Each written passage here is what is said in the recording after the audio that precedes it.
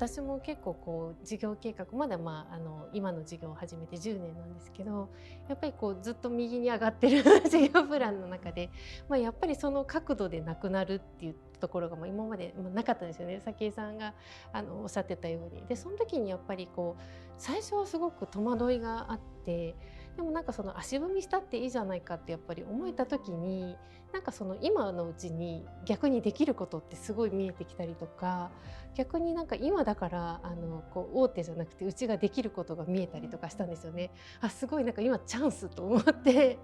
えばこう採用の環境とかも、市場的にやっぱりこう凍ってくるとうちなんかみたいな小さい会社は採用のすごいチャンスなんですよね。そうですよね。大手を出たい方を、はい今のうちに採用できるとか、土地もそうですよね。結構皆さんがやっぱりこうちょっと手放し始めた時に小さい会社は小さい範囲の中でやっぱり今まで得られなかった機会が得られるとか、もうその、ちょっとそこの考え方の転換ができるまではちょっとすごくこうなんか得たことのないこう感情が渦巻いてたんですけど、私も今すごいなんか元気で一旦なんか切り替えたんですよね。なのでもう今ルンルンなんですけど。いや、おっしゃる通りだと思いますね。特に私も経営危機を乗り越えた経験の中から、もう一つ皆さんにもお伝えできることがあるとすれば、特にその危機に直面して、ある意味修羅場の中に身を置いた時にですね、そこから脱することができるかどうかっていうことは、その何を基準にやるかっていうふうに考えた時に、危機って、大変ですけれども、当然そこである意味淘汰されていくわけですよね。じゃあどういう人たちが生き残って、どういう人たちが淘汰されていくのかっていうことを考えた時に、危機はあくまでも永遠に続くものではなくて、また次の時代が必ず来ます。でそこまで考えるとですね、ちょっと長い時間軸で考えると、やっぱりその自然の摂理にかなってたり、あるいは理にかなってたり、その筋が通っていたりだとか、そういうことでなければ続かないわけなんですね。早紀江さん着替えていただいてありがとうございます。ありがとうございます。また全然違った雰囲気で素敵です。よくお似合いです。ありがとうございます。早紀江さん、私もう一つやっぱりすごく聞きたいのが、早紀江さん結構2000年代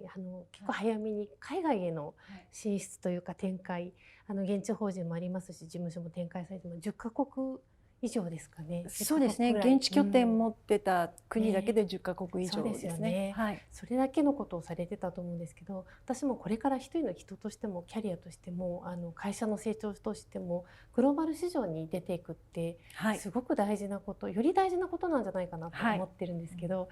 逆にすごくこう先駆者としてご苦労とか何か発見とか何かアドバイスってありますか？そうですね。私の場合はその最初から世界を目指してというよりは、自分たちの事業が立ち上がった時期がちょうどその製造業で、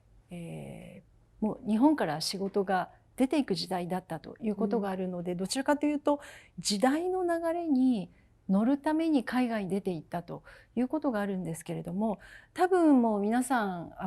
ご想像の通りですね、いろんな国に出かけていくと物の考え方も違えば、特に働くことに対する考え方も価値観も全然違うんですよね。私自身も最初はちょっと面食らってどういうふうにこの人たちに働いてもらえたらいいんだろうっていうふうに悩んだ時期もあったんですけど、やっぱりよくよく彼らと付き合ってみると、その育ってきた環境だとか、あるいはその国での仕事に関しては将来の用意されているキャリアパス、その人たちが自分の将来をやっぱり作っていくためにはここで頑張らないと先がないだとか、そういうことが終身雇用でずっと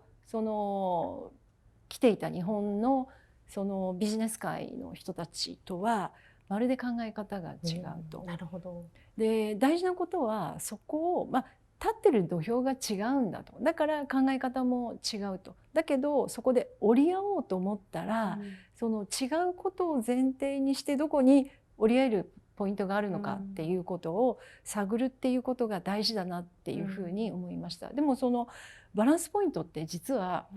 こうすごくテクニカルなというよりは、結局みんな仕事は成功させたいし、自分も幸せになりたいし、そのためにはお客さんだとか自分のステークホルダーをみんな幸せにハッピーにしないと自分もハッピーになれないので、そこが実はバランスポイントだったりするんですね。なので、違いは違いとして説明をして、ある程度理解をしてもらうというステップを踏んだ上で、でも私たちお互いに、例えばこういうそのゴールは一緒だよねというような、それは社員に対してもそうですし、お客さんとか取引先に対してもそれが大事なんだなっていうことが、私が学んだ経験から学んだことですね。結構譲歩されることも多かったですか？こう自分の信念や価値観やいろいろと違うけれども、こう譲歩すべきだなっていうことは多かったですか？そうですね。でも、実は譲歩ってお互いに譲歩するっていうことが大事で、要求し合ってるだけでは結論出ないし、仕事って大体時間軸があって、どこかで決めないといけない、結論出さないといけない。でその時に議論が平行線になった時には自分の要求をこう主張してるだけでは絶対そこ行かないわけですよね。でそうなるとお互いにメンツが立つ、お互いに納得できる範囲のバランスポイントを探るというのが、少なくともリーズナブルなビジネスマンにとってはそれは基本的なやり方だと思うので、まずはそれがちゃんとできればいいんじゃないかなと思います。なるほどですね。ありがとうございます。もう一つそういった意味で言うと、こうビジネス界のマジョリティとマイノリティといいますかこう発言してはいけなかったマイノリティみたいない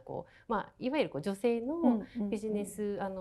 トップの方々っていうところが今冒頭でおっしゃっていただいたように数がだんだん増えていかなければならない時にあって、私から見るとやっぱり早紀江さんってすごくそこも先駆者でいらしてもう本当に経済界から愛されている早紀江さんっていうそういうことでイメージがあるんですけど、例えば私がそうなりたいって言った時にどういうアドバイスをいただけますか？そうですね。今おっしゃったように、まず私の世代自体がいわゆるパイオニア世代なんですね。わかりやすく言うと、私が学校を卒業する時は男女雇用機会均等法ができた年だったので、逆に言うと私の少し先輩、あるいは私が少し大学の卒業が遅ければ就職の選択肢も全く違ってたし狭かった。でそこに門戸が開かれて出ていった最初の世代なので、とにかく良くも悪くも私たちの世代の中から何かをするんであれば選ばざるを得ないという中でいろんなチャンスをいただいたっていうのはこれはやっぱり事実だと思いますし、それをマイノリティだからもらえた機会もチャンスもあるし、逆にマイノリティだからもらえなかったチャンスも、あるわけですよ。だからそういう中でマイノリティとしてのチャンスを与えられた私はそういうチャンスにも恵まれてきたということだと思うんですけれども、あくまでもマイノリティとして選ばれているとすればですね、マジョリティとは立ち位置が違うんですよね。だからだしマイノリティの立ち位置からすると、違う、なぜこうなんだとか違うだろうとかこれはひどいじゃないかっていうことがあった時に、それはでもあくまでもマイノリティとしての見方なんですよね。でマジョリティから見た時には私たちがびっくりしたり腹が立ったりするようなことはある意味それこそさっきの海外の話と同じで、いろんな歴史と文化と